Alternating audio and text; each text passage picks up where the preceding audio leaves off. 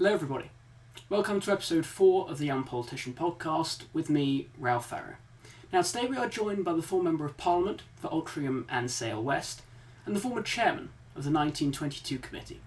He is the author of this new best-selling book, Kingmaker. It is of course Sir Graham Brady. Sir Graham, thank you very much for joining us, we do appreciate it. Pleasure to be here, thank you. Great to have you on, thank you for accepting our invitation. So for so long, as chairman of the 1922 committee, you were sworn to secrecy. I believe you said that you didn't even tell your own wife how many letters of no confidence you had in that safe of yours. Why have you chosen now to spill the secrets of your time as chairman? A number of different reasons, but first of all, I think the important thing was to keep complete confidence when it mattered, when it might actually influence the course of events. And I think I was pretty much unique in not spilling the beans on almost everything during many of those years. But there are a number of things in the book that I was keen to get across. For instance, by revealing what that number of letters was coming in, calling for a confidence vote in the leader of the party and the Prime Minister at each point over the period, it's possible to dispel some of the inaccurate ideas that people have got hold of. I think a lot of people in the media, quite a lot of people in the wider British public, had taken hold of the idea that Conservative MPs were such dedicated regicides that they started dashing off letters calling for a confidence vote as soon as a leader was installed in office. And it simply wasn't true. Actually, there was a huge reluctance to do it. People took it very, very seriously. They would reflect on it at length. Sometimes they equivocated. There were times when people would put in a letter, then they'd think twice about it and withdraw the letter. Then maybe it would come in again. So it was one of the things I just wanted to set the record straight and make sure people understood. And of course it has an ongoing significance because until fairly recently, when Kemi Badenoch has obviously been performing very, very well at the party conference and at Prime Minister's Questions since, and a lot of good media performances. But before that, there were lots of people in the media starting speculation, are they going to have a confidence vote? So I think it's just worth getting across. This is something that Conservative MPs take very, very seriously, and they certainly don't do it lightly. Yeah, I think one of the things you say in the book, which is quite revealing, is how journalists were speculating all the time. I think you said at one point about Tim Shipman, who got the letters that you had in your safe completely and utterly wrong, but that was then spread throughout the media as there was a Conservative leadership challenge that was going there. It's quite scary, really, how wrong that article was. But in the early part of the book, you talk about your upbringing and why you wanted to be a Conservative MP. My understanding is that you wanted to be a Conservative MP straight after you came out of university, pretty much, applying for different lists to get onto different seats. Why did you want to become a Conservative MP at such a young age? Well, I suppose one of the things I saw, really there were two reasons why I got involved in Conservative politics. The very specific one was that I was lucky to be at Altrincham Grammar School, a state grammar school in my hometown, and at that time it was local elections. Local councils would decide whether to keep grammar schools or not, and Labour and the Liberals, as they then were, wanted to get rid of the grammar schools, and so I first turned out to push leaflets through doors in a local election because of wanting to save my school. But the bigger overarching reason, I grew up with Margaret Thatcher in Downing Street. I was 12 when she came to office. And it was an exciting time in British politics.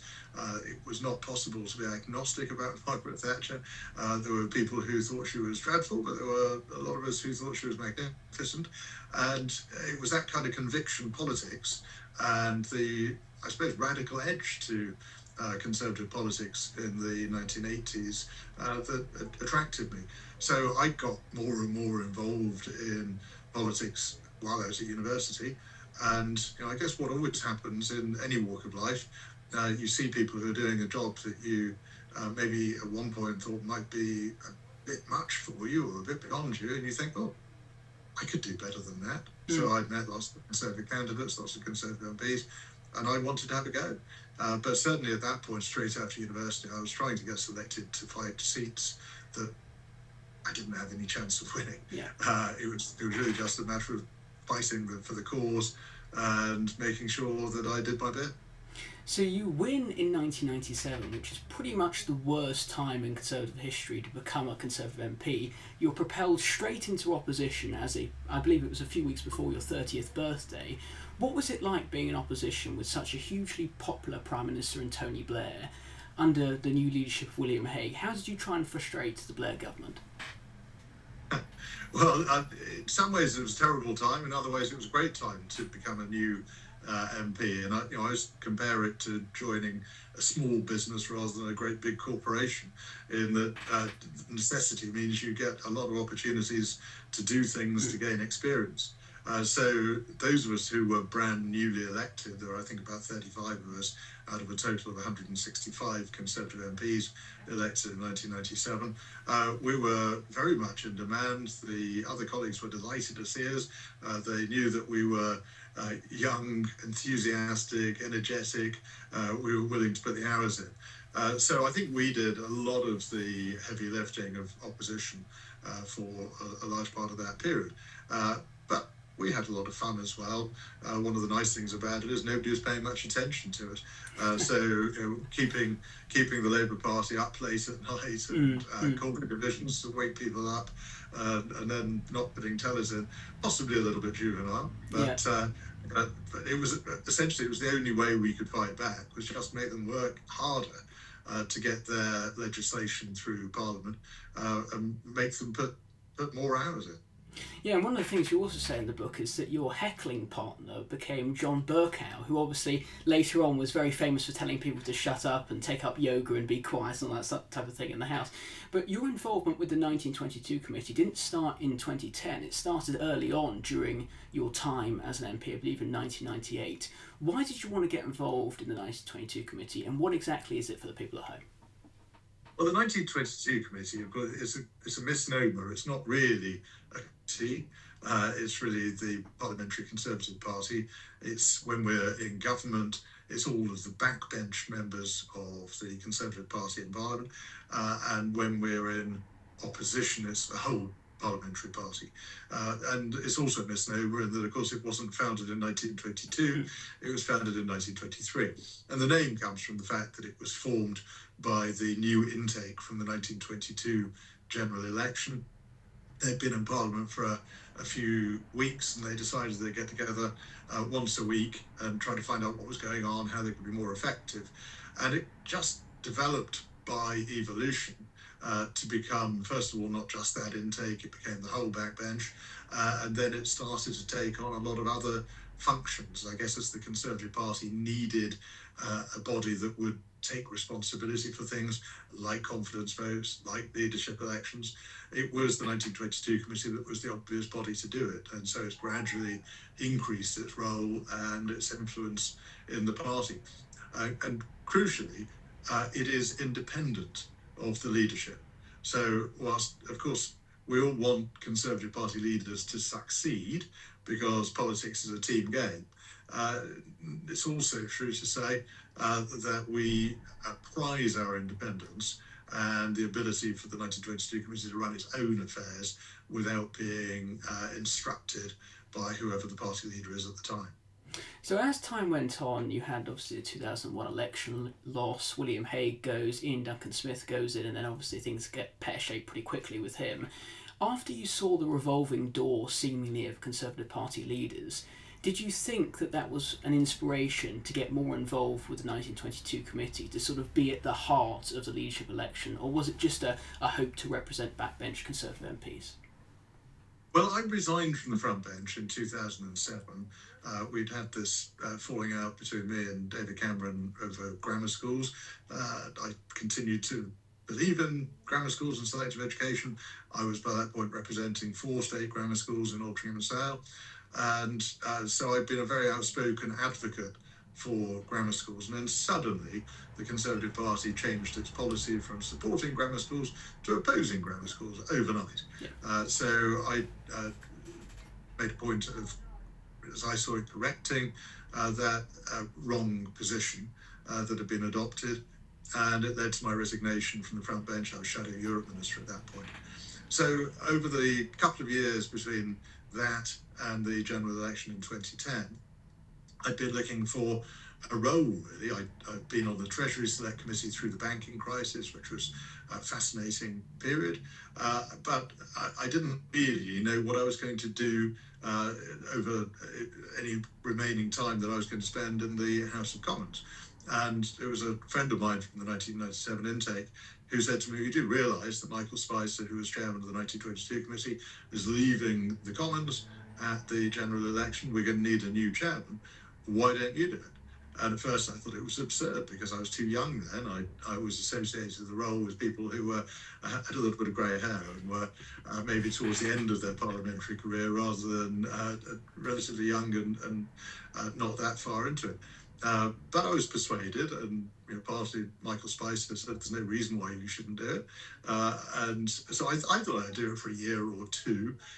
It was only when I said that I was going to stand to be chairman of the 1922 committee that David Cameron called me in and said how important it would be for me to go back on the front bench instead. And that made me think, well, maybe I'm doing the right thing here. Maybe I should stick with this. Yeah. And of course, it never occurred to me that I would end up serving 14 years as the elected chairman of the 1922 committee and see the turbulence and exciting times that I lived through. So you touched on there the controversy over grammar schools where you were in the bad books of David Cameron and you resigned in 2007. I just want to trace back that relationship to give some context to 2010 and beyond. So in 2005, I believe you backed David Davis to be leader of the Conservative Party, obviously the opposition to David Cameron. What was your early relationship with David Cameron and how did you get on with him? Well, David and I always got on perfectly well in a sort of social way. We could chat perfectly nicely, but I think always underlying the relationship, I think he'd always been, let's say, irritated. Perhaps he resented the fact that I'd chosen to resign rather than go along with his project back in 2007. And I think he was concerned that I might be too independently minded and not easy enough to keep inside the tent at all points if I were to be chairman of the 1922 committee. So I mean, it was widely believed in 2010 when I stood for election. The other candidate, Richard Ossaway, certainly was believed to be favoured by David Cameron. Of course, Conservative MPs are quite contrary people, and I think if they think the leader's trying to push them in one direction, they're very likely to go in the other direction. Yeah. So I probably benefited from that. But then once I was elected, we got on perfectly well, but there was a period of maybe a little bit of game playing where the leader and the chief whip would call meetings of the Parliamentary Party under that name, whereas the Parliamentary Party normally met as the 1922 committee. And so we had a little bit of a tussle for a period over those things. Eventually, I think David Cameron, like his successors, came to realise that it was much more sensible to work with the 1922 committee rather than being perceived as working against it and trying to frustrate it. So a question I've always wanted to ask senior politicians that have made dramatic public resignations like you did in 2007, was it awkward with David Cameron? Did you sort of avoid him in the tea room because you had differing positions, or were you acting like adults and just said, look, we disagree on this policy, but we can act normally and just have a conversation? Well, I mean, I'd say we didn't, I certainly didn't go out of my way to avoid David Cameron after I'd resigned, but I don't think we really spoke very much. I think that the only time we had the first time between May 2007 when I resigned from the front bench and me being elected as chairman of the 1922 committee in 2010, the only significant conversation we had was when David heard that I was planning to stand to be chairman of the 1922 committee and called me in to try to persuade me to go back on the front bench instead. But I think one of the reasons in the book I go into quite a lot of detail about what led up to my resignation from the front bench and the process and how it all played out. Partly because I think it's a very important point about the nature of our constitutional arrangements and the role that collective responsibility plays in it, because if you join a government or an opposition front bench, it's implicitly understood that you will adopt whatever is the collective position, which is essentially the position taken by the leader of your party. And I think the difficult circumstance of believing in something very strongly, being an outspoken advocate of something, and then suddenly finding that the party's policy has changed to 180 degrees, so it's advocating the opposite, and you're suddenly expected either to pretend that you changed your mind completely to the opposite of what you used to believe, or you just go very quiet and pretend it hasn't happened. That often happens, I think. Or you need to stand up and make a case, and if you're going to do that, you're going to have to leave the front bench. And that was what I chose to do. I never regretted it, but it was an extraordinarily difficult time and a very difficult decision to make, because there's always a feeling that it might be the end of your career. Working up to something, I was doing quite well. I'd done some big jobs. I'd been PPS to the party leader when it was Michael Howard. He appointed me to be Shadow Europe Minister. I carried on doing that when David Cameron took over. So, I was doing quite big and interesting jobs. And suddenly stepping away from that, you do wonder if it's the end. Yeah, you do say, I believe, at the beginning of one of the chapters in the run-up to the 2010 election, you said, this, and I quote, "I do wonder if we had been led by more of a conviction politician in 2010, we might have won a majority." Now, what did you mean by that, and who did you have in mind? Well, I think what happened, my recollection of how it all played out, when David Cameron became leader of the Conservative Party in 2005, it was going really very well. He was very good presentationally. He presented as quite a charismatic figure. He was a lot younger than a lot of previous leaders. He had that great line at Prime Minister's Questions where the Prime Minister, Tony Blair, was talking about something in the past, and he said, "I want to talk about the future." Yes. He was the future once. It was all going very well, and the kind of repositioning of the Conservative Party was quite popular. But what I think it came at a cost.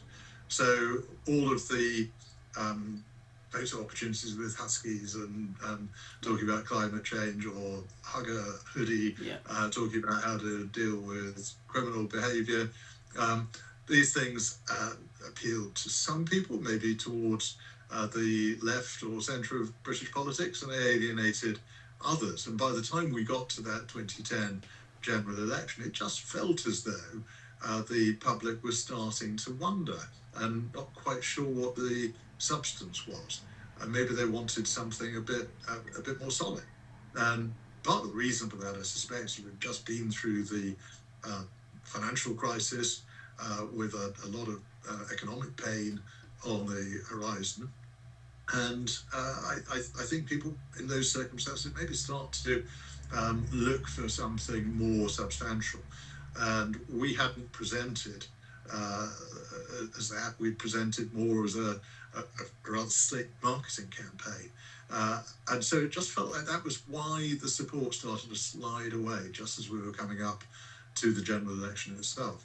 And the result of it, of course, was that we didn't win the overall majority that had been expected.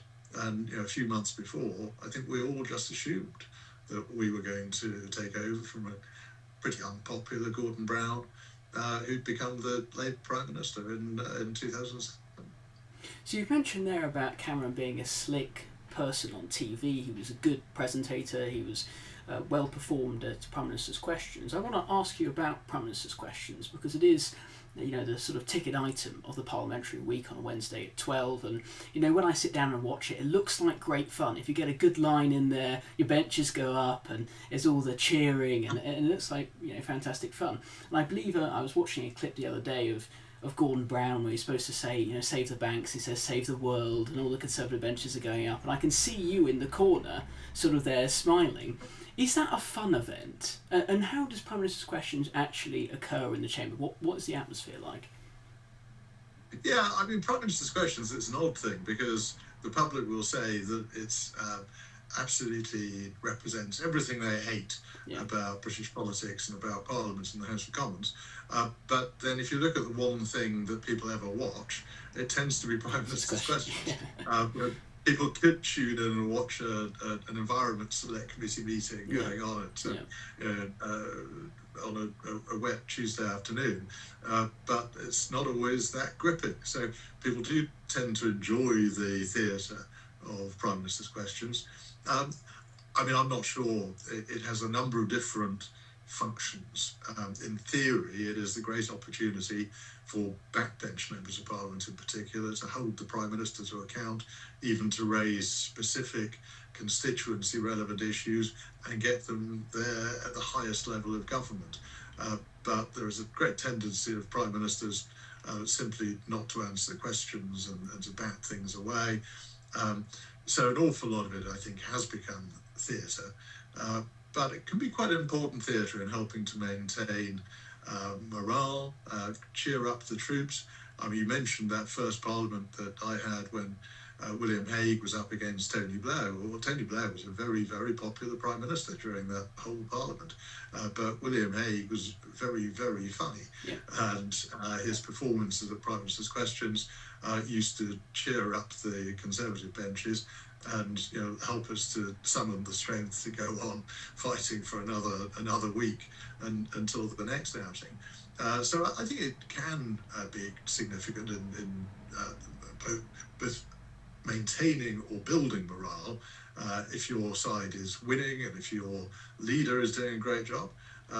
Similarly, if the benches behind a Prime Minister's questions are sullen and quiet, then that might just spell something rather worrying for the Prime Minister. And I think the point when your own party stops turning up, starts to get a bit thin on the benches behind you, or they're simply not cheering, they're not supporting, I think that sends a pretty clear message to party leaders. Yeah, I think we saw that last week when Keir Starmer said he had a united team, and the sort of the dull looks of Labour MPs behind it perhaps indicated that wasn't really true. So after the 2010 election, you're obviously chairman of the 1922 committee, and you have the coalition government. Now, the first in many, many decades. That brings huge challenges to the Conservative Parliamentary Party, trying to forcefully align themselves with an opposition, what was an opposition just a few months before. What challenges did that bring, and what were the early difficulties of the Cameron-Clegg administration? Well, I think there is an intrinsic tension in coalition government, because certainly for the party which is the majority partner, in that instance the Conservative Party, I think, had 4 or 5 times as many MPs as the Liberal Democrats did, and yet we felt as though the Liberal Democrats were overrepresented in the government. They got too much of their programme into the coalition agreement, and as well as that, whilst the Liberal Democrats were consulted in detail as to what should go into that coalition agreement, and they discussed and voted on everything, the Conservative Party's MPs were simply ignored. We were left to wait until the coalition agreement had been formed, and then it was presented to us as a fait accompli. So I think right from the outset there was going to be some frustration, some irritation amongst Conservative MPs, and of course the 1922 committee was the representative body for Conservative members of Parliament, and we would then make representations to the Prime Minister, to other senior ministers, and of course they were there speaking on behalf of the coalition government, not on behalf of a Conservative government or the Conservative Party.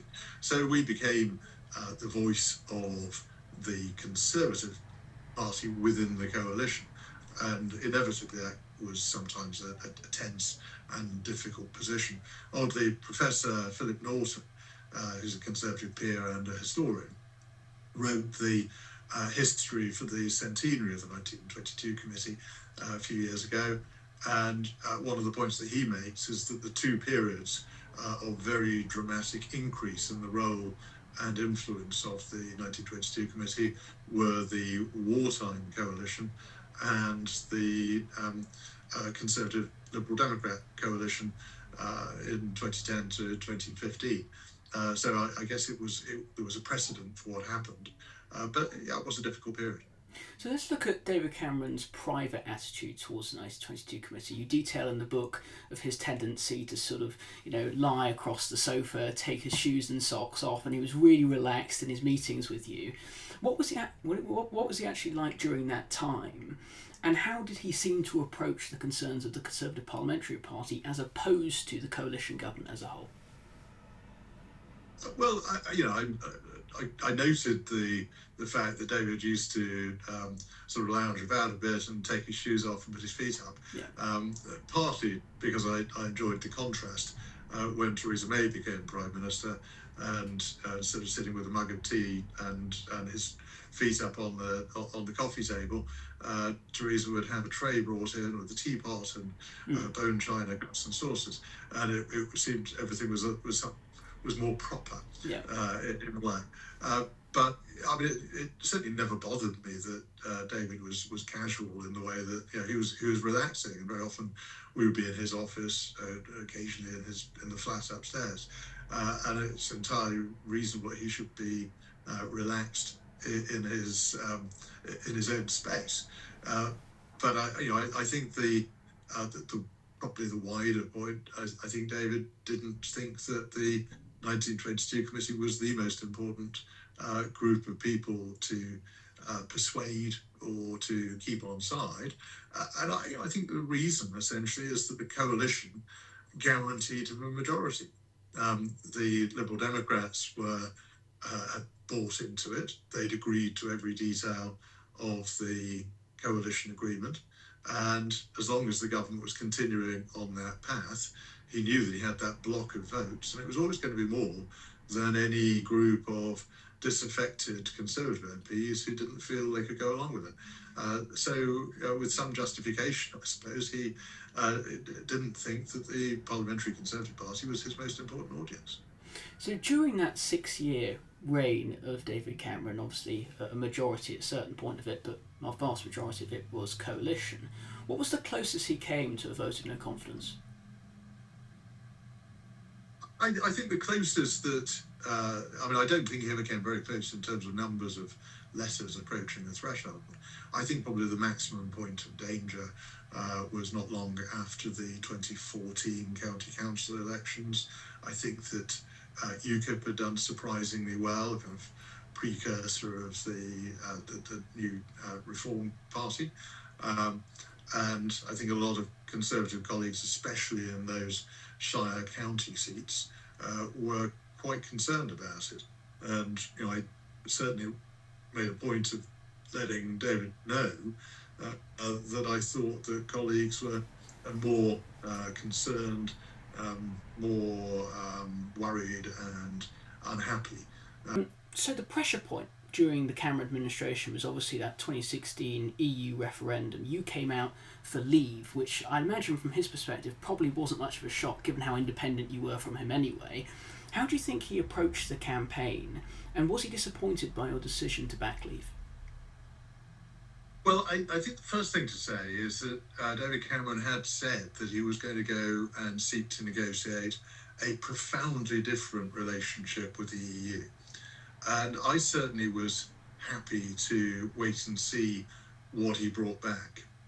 And for a number of reasons, had he brought back a really significantly different relationship, I might well have supported that position. Because the referendum, it was always going to be a very long shot to try to leave the EU. One of the things people, I think, underestimate is that in referendums, there's always a bias towards the status quo. When it comes to it, people are very small c conservative, and they're quite likely to cling to what they know rather than taking what seems to be more of a risk. So, in fact, that 52-48 vote to leave was quite a remarkable achievement, when the norm would have been for people to stick with what they know.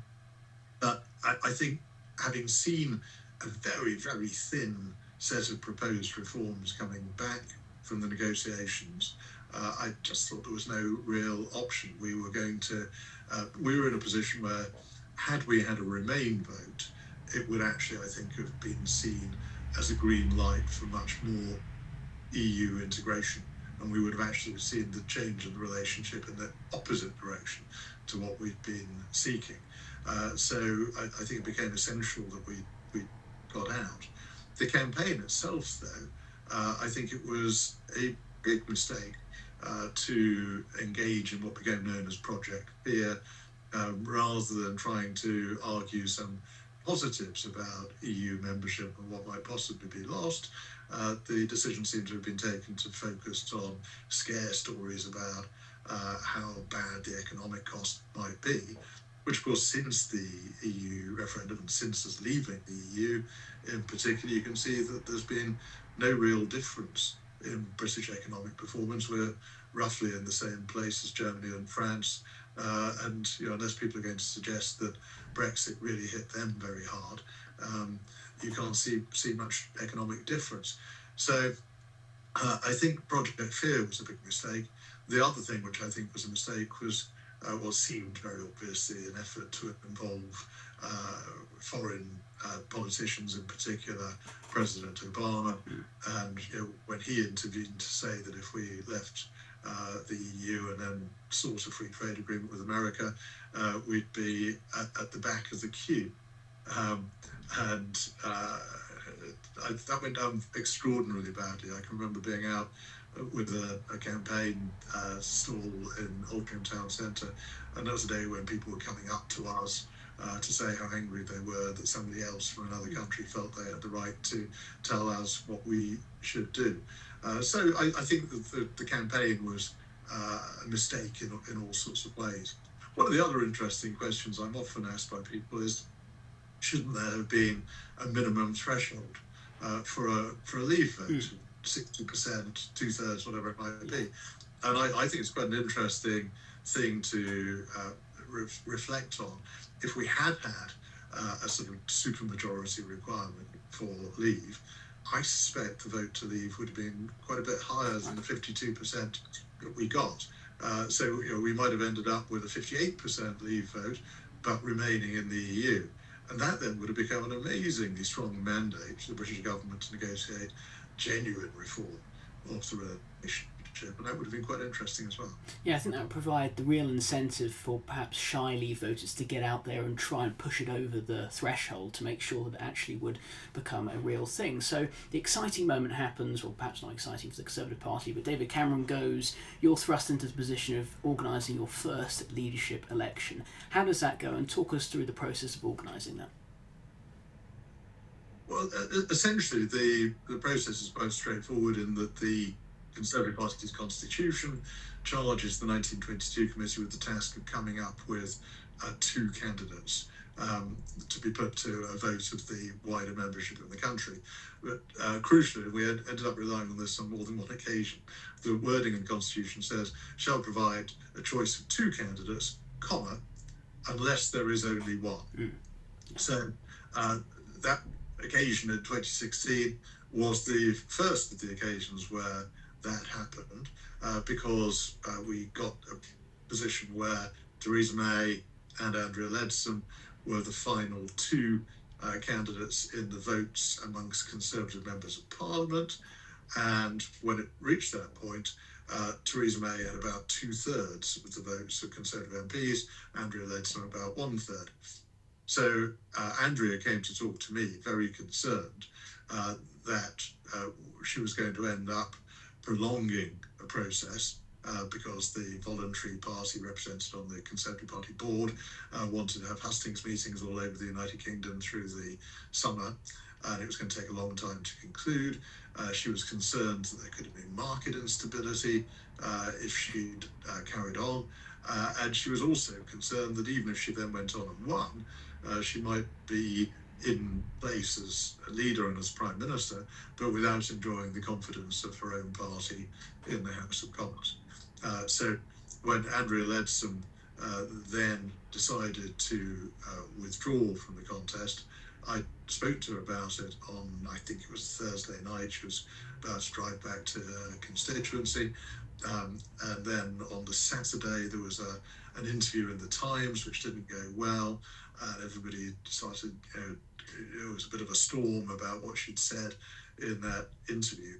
And then on the Monday, when she withdrew from the contest, a lot of people said, oh, this is about the interview that didn't go well in the Times.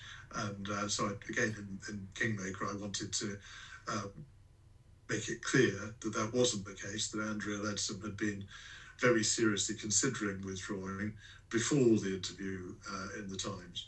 And I was unsurprised when she did withdraw on the Monday. So it was the first occasion that we ended up with just one candidate. And so Theresa May was duly elected as leader of the Conservative Party, and then went to see the Queen, and duly became Prime Minister. And Theresa May was elected, obviously, at an extremely difficult period of time for the Conservative Party, also the country trying to navigate our withdrawal from the European Union. Now, how did the meetings compare with David Cameron? Obviously, you touched on it earlier, there was no sock taking off, there was much more formality, but how does she treat the 1922 committee in contrast to David Cameron? Theresa May was very respectful, but she also knew, her circumstance was quite different in that in 2015 David Cameron had been re-elected with a small Conservative majority, but it was very small single figures or low double figures, I forget the exact number, but a very tenuous majority to try to deliver the country's departure from the European Union. So we had this very big, very complicated, still quite controversial thing to achieve, and almost no majority in the House of Commons to do it with. So I think Theresa knew from the start that this was going to be a tricky task. She was going to need the support of colleagues. She was going to need the 1922 committee to try to help to hold things together. And then, of course, the following year, tempted by a pretty solid poll lead of about 25%, she then decided to call a general election, and then managed to lose the small majority that we'd had before. So from the time of the 2017 general election, it was a matter of trying to deliver something complicated, controversial, and difficult, not just with a small majority, but with no majority at all in the House of Commons. So it was always going to be immensely difficult, but I think probably became more difficult the longer it took. And as I do reflect in the book, that maybe sometimes you get the right leader at the wrong time, and speculate about how it would have been if we had Boris Johnson as Prime Minister in 2016, that he probably would have bowled straight over to Brussels and assured them that we still love our European neighbours, that we wanted to trade with them, that if you're an EU citizen living in Britain, you're fine, don't worry about that, we all want to get on. And I think we would have got a rough and ready Brexit settlement much more quickly, which would have taken years to polish and try to improve. But instead, with a sort of more ponderous approach that Theresa May took, we ended up with some of the sticking points being allowed to solidify. And in particular, the Irish border became the easiest issue to exploit for those who wanted to try to stop Britain leaving the EU. I mean, you were influential on one of the big issues at the time, which was the backstop. I believe you got involved with the Brady Amendment. Now, can you explain to the people at home what the Brady Amendment was and how influential it was in changing government policy? Well, we'd reached a point where the EU side of the negotiations was constantly saying, how can we possibly conclude any agreement with the British government? There's nothing that they can possibly get through the House of Commons. And it looked like, in many ways, that might be the case. But I thought there was one way to try to prove it wrong, which was for the House of Commons to pass a motion which confirmed what proposition would be acceptable. And so the so-called Brady Amendment was to say we approve the withdrawal agreement with alternative arrangements, quote, alternative arrangements for the Irish border, without something called the political declaration. And the political declaration was a kind of codicil added to the end of the treaty that was essentially tried to suggest that in due course we'd regard it all as a big mistake and we'd try to negotiate re-entry to the EU. So that was anathema to anybody who had been in favour of leave. So we needed to cut that away. But also the Irish border, we needed to remove this business of the backstop, which would allow Northern Ireland to be treated differently from the rest of the United Kingdom. That would, in fact, also have allowed the whole of the United Kingdom to be retained in the customs union, which we would only be able to leave if the other EU countries agreed that we could go, which was as far away from taking control as you could possibly get. So the Brady Amendment was put forward. Theresa May whipped the Conservative Party to support it. We secured a majority, I think, of 19 votes, but it was the only positive proposition relating to Brexit that secured a majority in the House of Commons during that Parliament. And it sent a message to the EU side that there was something that we could get through the British House of Commons, but it also gave a kind of a mandate to Theresa May to renegotiate her withdrawal agreement. The trouble is that she then didn't do that. So we had then the spectacle that I recounted in my book, the spectacle that a few days after that vote, when Theresa May had whipped the Conservative Party to support my amendment, I saw her on a visit to Northern Ireland on the evening news, and one of the journalists said, "Mrs. May, what about the backstop?" And she said, "Oh, we want to keep the backstop." Right. Which I texted her at the time saying, "But can I remind you that it's only a few days ago you whipped the party to vote for the opposite?" Right. And I never got a reply to that text message.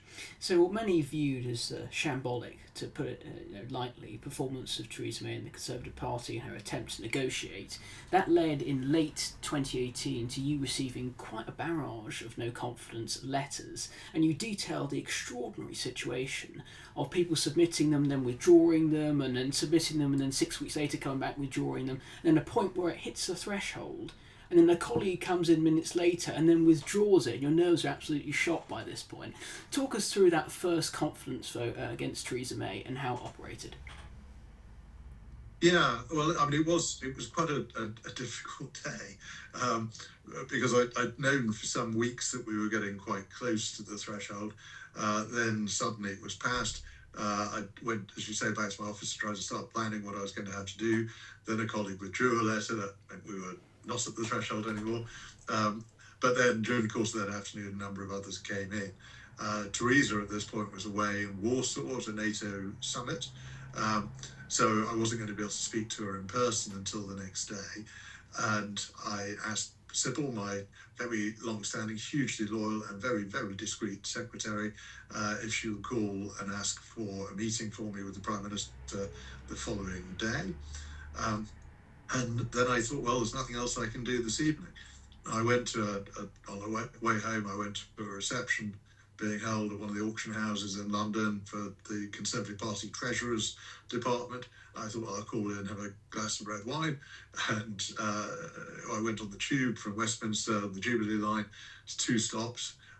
And as I went down the escalators, went along the 2 stops, and as I came up the escalators at Bond Street tube station, suddenly my mobile phone was vibrating wildly, and I realised almost the whole of the press lobby had tried to call me while I'd been underground.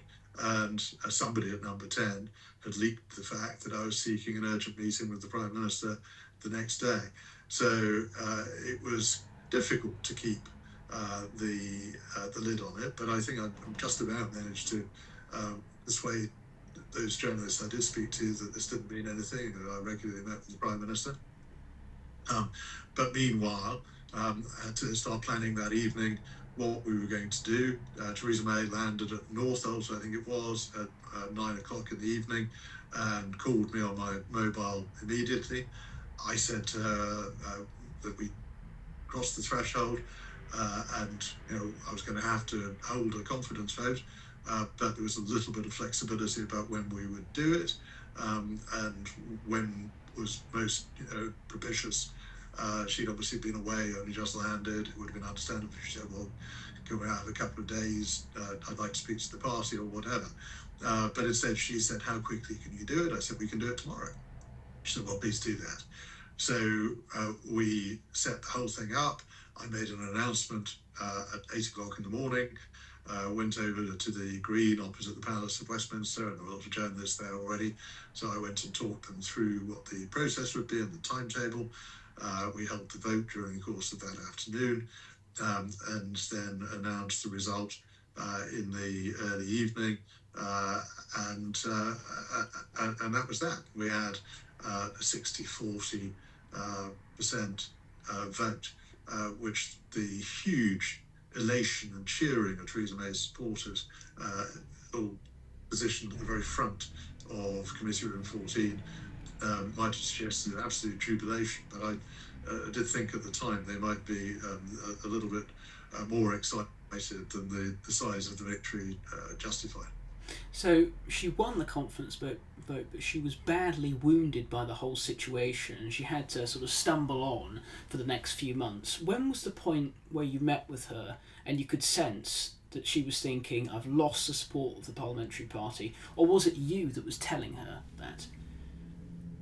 I was charged with telling her. It was the 1922 executive which asked me to go and make the and essentially what happened, things were getting worse. The government had failed to get the withdrawal agreement through the House of Commons.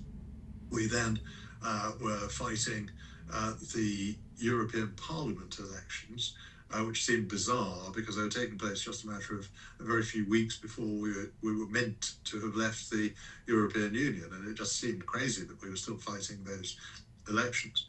And we were rewarded by the British public with 9% of the popular vote in that election, which I think really sealed the Prime Minister's fate, and that the Conservative Parliamentary Party simply wasn't prepared to continue with that kind of result. So there was increasing pressure on the 1922 executive to change the rules, which say that you can't have another confidence vote within 12 months of a previous one. And so we were under increasing pressure to change that rule to allow another confidence vote to take place. And it ended up, a number of us didn't think it was a good thing to change the rules during the course of a process. It was like changing the rules during after a game had started. And also a lot of us thought we should try to find a way for Theresa May to resign with some dignity and some control over her own situation. So the 22 executive asked me to go and see her and persuade her to give a date for her departure. The other bizarre thing in the backdrop to this is that ultimately we were finding it so difficult to head off this pressure for a change in the rules to allow another confidence vote that the compromise became that we would hold a vote on whether to change the rules, but I would keep all of the ballot papers in a sealed envelope, and I would go and see Theresa May and try to get a date for her resignation, and only if she refused to give a date would I open the envelope and count the votes.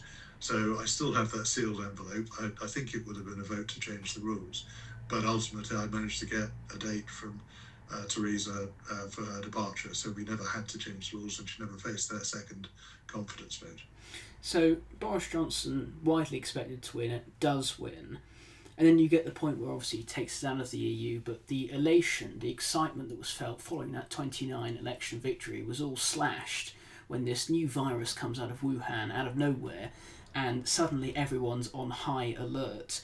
Now, how did Boris Johnson respond to that in the early months, given your perspective as an insider? And talk us through your outspoken position within the Conservative Party on the lockdowns and other associated things. Yeah, I mean, I think Boris Johnson, when he first won that big majority in December 2019, thought probably correctly, he was going to have a very easy time with the Conservative Parliamentary Party, and he wasn't in a huge hurry to meet me or the 1922 committee. But obviously things then changed quite rapidly as we got into COVID and then the ongoing tortuous repetitions of lockdowns and restrictions that we had over the next couple of years. That changed quite significantly. My take on it, I thought, like most people, when the first lockdown happened, I thought, well, it's meant to be for 3 weeks to provide a little bit of a pause, maybe slow down the spread of COVID, and then it was meant to be over. Nobody really knew how bad COVID was at that point. We knew very little about it. But within about those 3 weeks, we were starting to learn more about it. And we knew, for instance, that rates of infection had started to fall before the lockdown had started.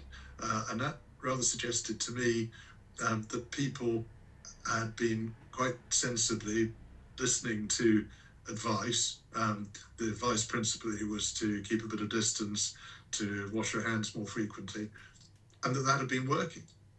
So seemed to be quite a strong argument for trusting people a little bit more, for not relying on really iron rules and restrictions.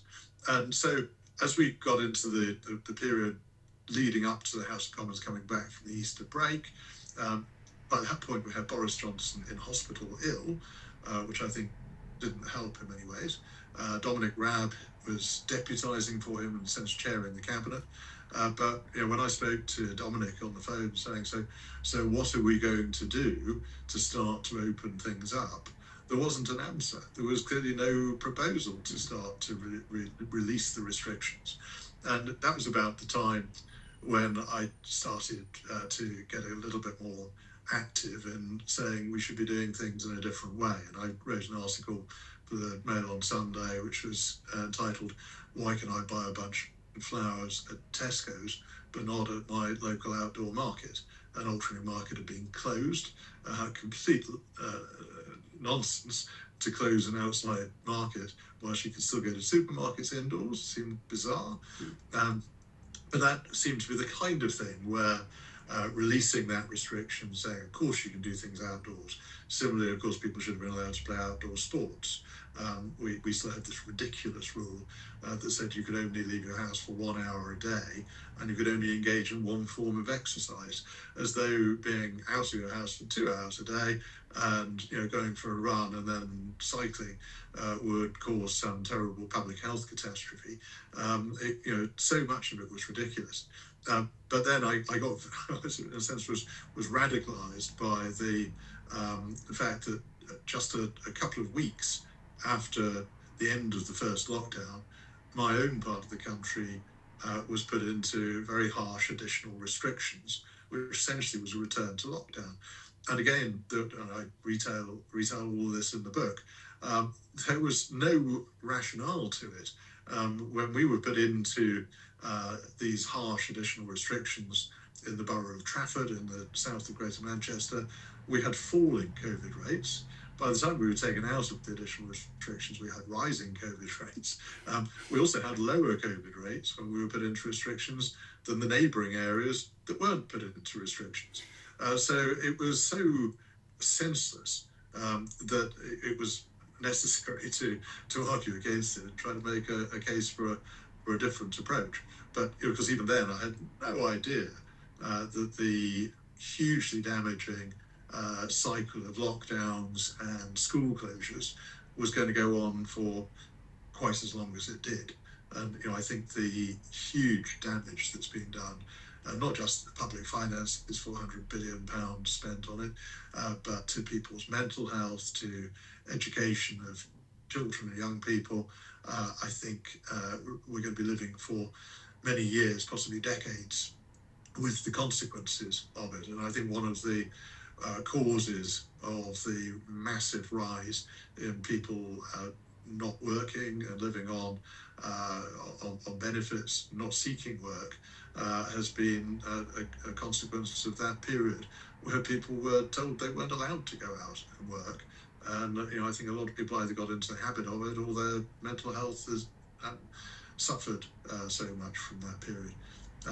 So oddly, I've said the two things that I'm proudest of in my time in the House of Commons were speaking out in favour of grammar schools and speaking out in favour of the right of people to make their own decisions and take individual responsible choices for themselves and their families.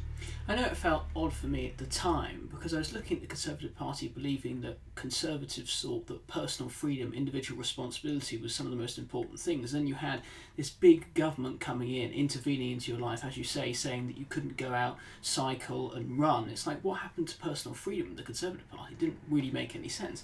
But you weren't just airing these views in public, you were also privately meeting with Boris Johnson, telling him about the impact on your constituents and the broader country. Now, his tactic in those meetings, my understanding, is that he just kept talking to try and interrupt you, which is sort of what he did in public as well, so not much differentiation there. How did he treat you, and did he actually sort of put the concerns of your constituents above his haphazard approach to lockdown? We had very frank conversations. They were always pleasant. He was never sort of rude or bullying in any way.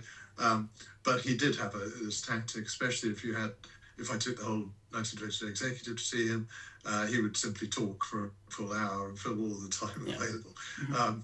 But in my conversations with him during the COVID period and the lockdowns, the trouble was I had the very strong impression that he agreed with me.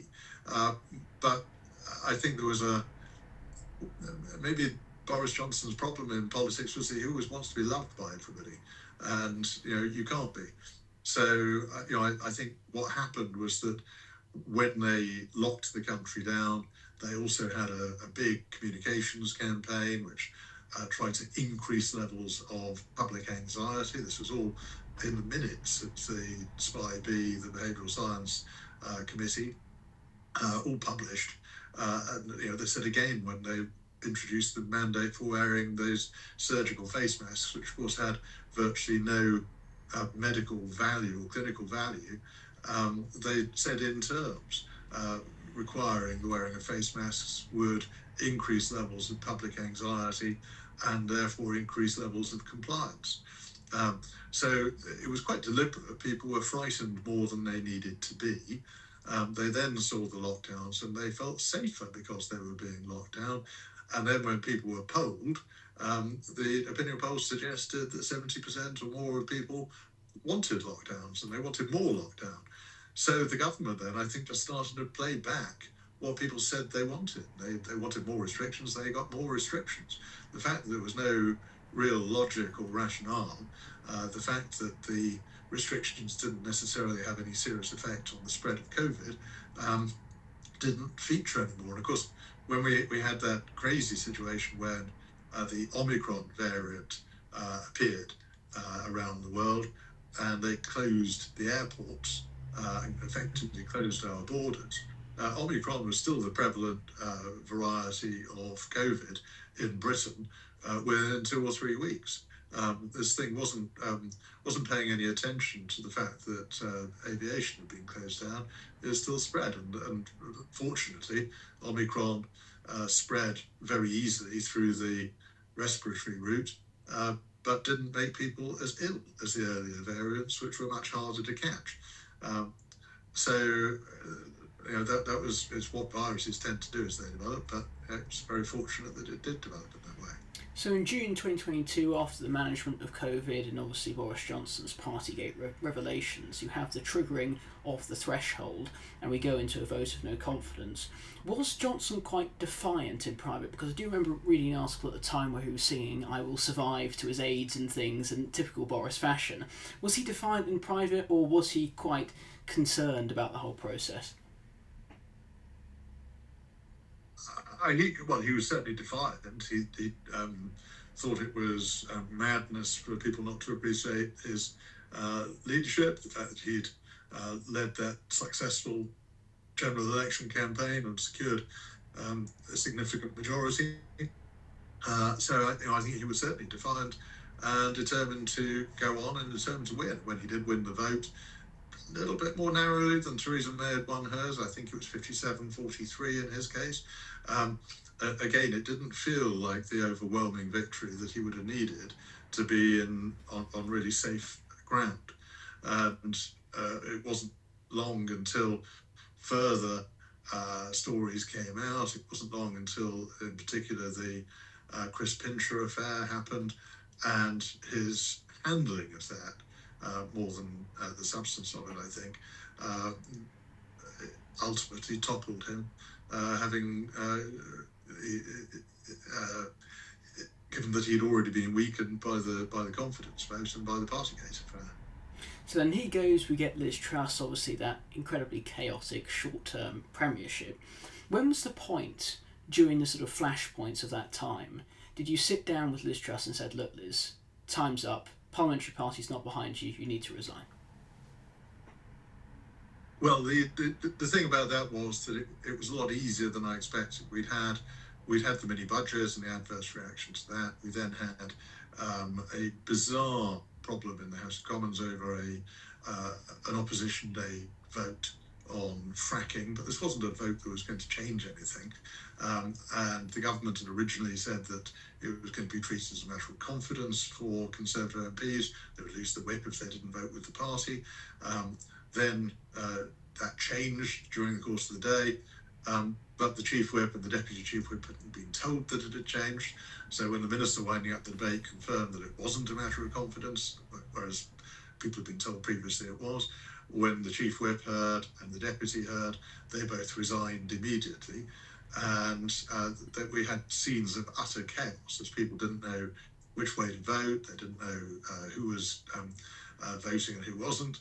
And repeatedly the Prime Minister ran through the division lobby chasing the Chief Whip, trying to get her to reverse her resignation. And it just seemed like everything was irretrievably broken at that point. And the next morning I was just about to call to ask for a meeting with the Prime Minister, and I got a message saying Prime Minister would like you to come in to meet. And when I went in to see her, she just asked me two questions. She said, Graham, how bad is it? I said, I think it's very bad. I agree. And then she said, do you think it's retrievable? I said, I'm really sorry, but I don't think it is retrievable. She said, I come to the same conclusion. So it was a very straightforward conversation. And I was quite relieved about that. And after that point, we got the man who lost to her to begin with, Rishi Sunak, obviously seen as more of a stabilising figure, able to calm down the markets and get competence back into government. Now, I do remember reading at the time that there were plots swirling around that Rishi Sunak was going to get removed after council elections and Penny Mordaunt or somebody else would come in. How much truth was there to those accusations? I don't think there was any truth at all, really. I mean, certainly there were people who were wondering whether they might do a better job. And certainly there were a lot of people who were starting to despair because it seemed like whatever we did made no difference. I think Rishi himself probably was struggling with the fact that whatever he achieved, it didn't change the opinion polls.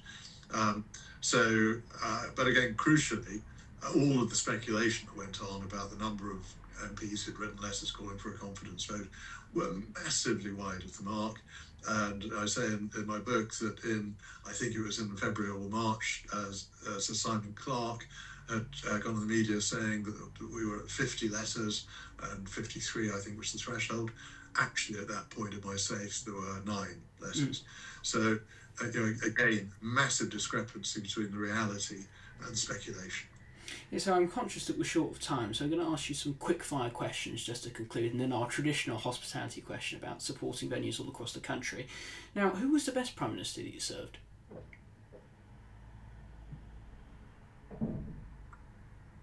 As of the 5, while I was chairman of the 1922 committee, counterintuitively, David Cameron and I didn't always see eye to eye, but he wore the role very lightly.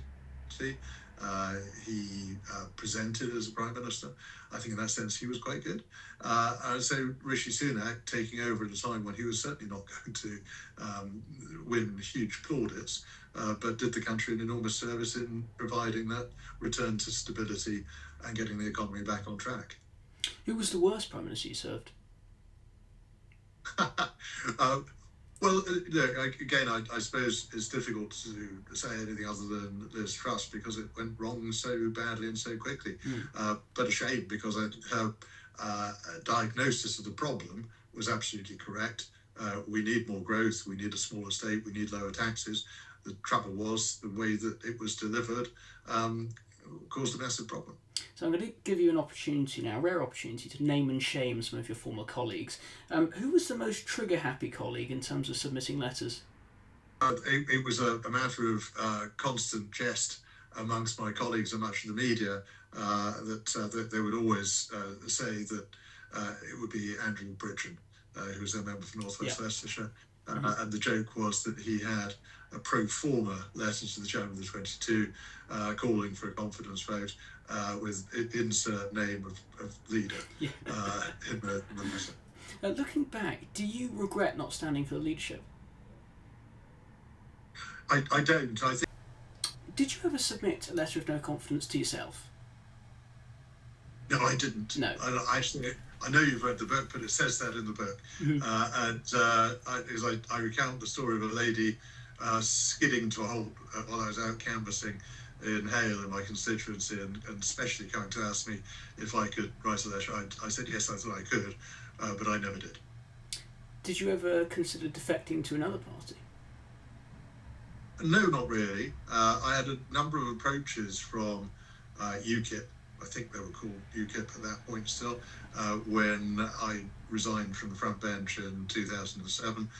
My view was that I still believed all the same things, that I was speaking up for conservative beliefs and values, and it was my party. I shouldn't be the one to feel that I had to leave.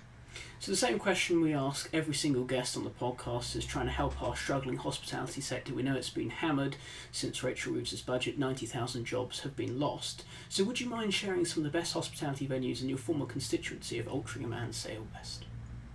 Right. Well, I always enjoyed the Railway Pub in Hale Village, which it was a great sort of proper local boozer. It was quite an affluent place, but you got a complete spectrum of people in the pub. And it was also the only pub that ever supported a general election fighting fund for me. So I was very, very grateful for that. There was a great restaurant right in the middle of Altrincham for many years that was called Frank's, which sadly went some years ago. But that was always good fun. Lots of other great places in Altrincham, and the great regeneration really of Altrincham town centre that happened over the last 10 or so years really came from the change of the Victorian Market House into a kind of upmarket food hall, and it became so popular that people would get sick of queuing to get a place in there, and that led to places all around springing up and becoming very successful as well. It's been a great pleasure having you on the Young Politician podcast with us, Sir Graham, talking about the Conservative Party and its highest points and some of the lowest points from an insider who was observing over those leadership elections, which I was so keenly observing for the past few years. So I really do appreciate you coming on. Thank you, Sir Graham. It's been a pleasure. Nice to meet you. Thank you. You too.